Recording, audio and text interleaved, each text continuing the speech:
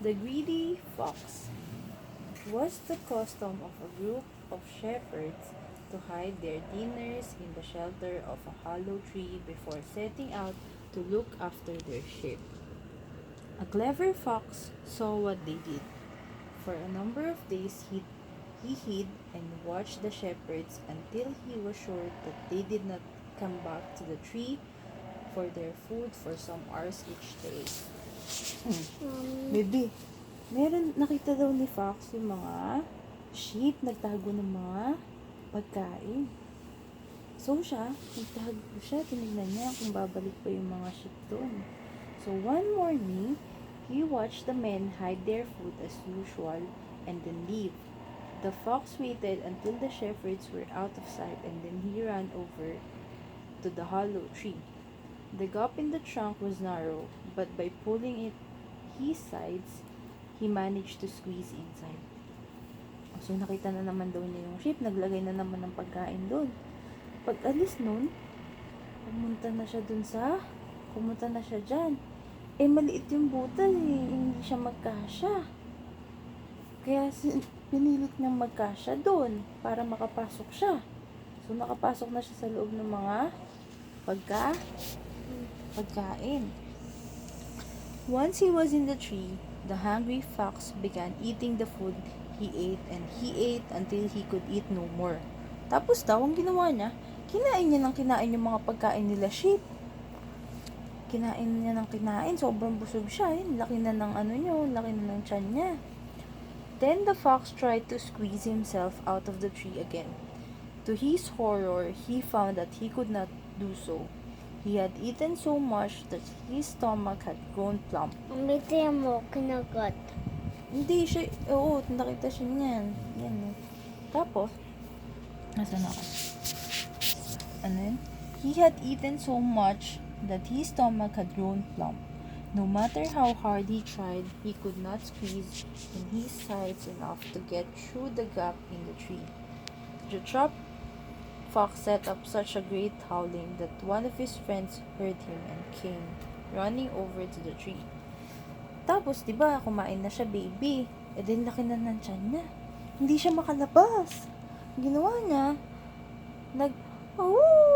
gumanon siya. Tinawag niya yung kaibigan niya hanggang sa dumating na yung kaibigan niya.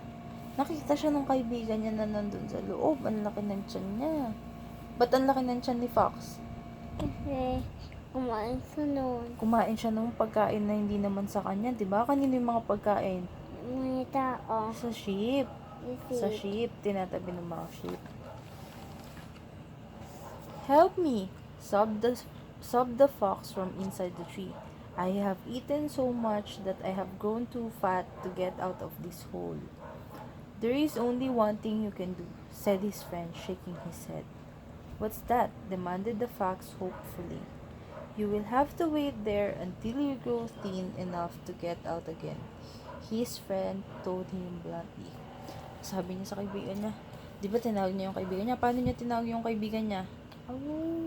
Sabi niya, tulungan mo ako dito, hindi ako makalabas. Kasi kinain ko yung mga pagkain nila sheep. Lumaki na tuloy yung tiyan ko, hindi na ako magkasya sa butas. Sabi niya, hindi na ako magkasya sa butas. Sabi naman ng kaibigan niya, alam ko na, mayroon akong alam na paraan para makalabas ka dyan.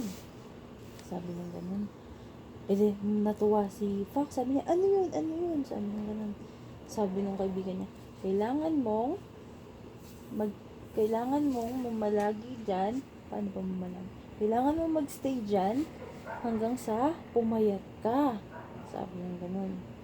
Sabi niya, bad ka kasi kinain mo yung mga pagkain na hindi sa'yo. Dapat nagpapaalam, di ba? Ikaw, nagpapaalam ka ba pagka hingi ikaw ng pagkain? Paano? Pengin pagkain, please. Ganon? May pagkain, please. Oh, very good. Huwag kang kukuha ng bagay na hindi sa'yo, ha? Papaalam muna, okay?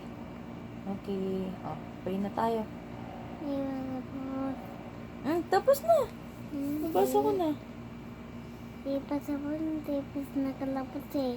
Kailangan niya nga magpapayat. Magpapapayat pa siya para makalabas. Yun ang ano sa kanya sabi. Oh. Kasi ayun, yun yung parusan niya.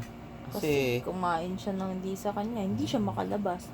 'Di ba ikaw pag may ginawa kang bad, nag-uusap tayo dito sa kwarto, hindi kita pinapalabas? Ganon din si Fox. kasalanan siya. Oh, 'di ba? Mm-mm. Galing, no? Dapat dibuhan si daddy. Hindi ka sa taas. Hindi pa pawis na. Taas Yung kaya. aircon. Hindi ka sa daddy. Hindi ka siya si daddy saan? Dito sa ikama. Isan ba siya higa? Dito sa tapat. Nanti naigat ka. Naglakwak ko eh. Naglakwak ko. Bira ka. Diyan ako. Ganito ako. Tama. Ganito ko eh. Ganito. Ganyan eh. Tapos, oh!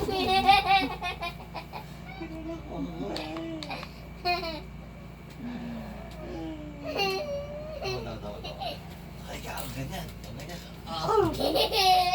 Hoy, usap Papa Jesus na 11:30 na.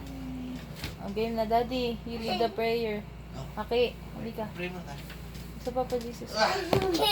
Later na harap. Go na to. Papa Jesus. Pikit. Si daddy. Si mami na daddy. Si Daddy muna. Si Daddy muna. Oh, pikit. Papa Jesus, thank you po sa araw na to. Hindi niyo po kami pinabayaan. Pinabayaan niyo po kami. Lalo na po si Aki. Sana po laging masaya yung pamilya namin. Patatagin niyo po yung loob ng bawat isa sa amin.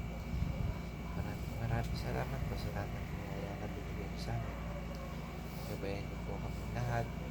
Lalo na po yung mga mahal namin sa buhay. Thank you po, Papa Jesus. I love you. Hey? I love you, baby. Good night, baby. Just like academy. Good night, baby. I love you. Love you. Wala akong kiss. Good night. Good night, ka na kay baby. Daddy. Good night, mommy. Huh? Ah! Mali. Ulit. Good night, baby. Good night, mommy. Go na. Good night na ikaw. Good Dali night. na. Good night, mommy. Okay. Good night, daddy. Good night, daddy. Love you. Kiss ko.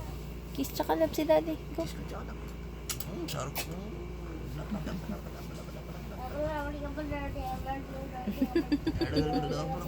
Oh, babay na dito. Babay na. Babay video Okay, ang haba na pala nito. Bye-bye. Babay video Aki. Bye-bye, video mo. Daddy ka, mommy.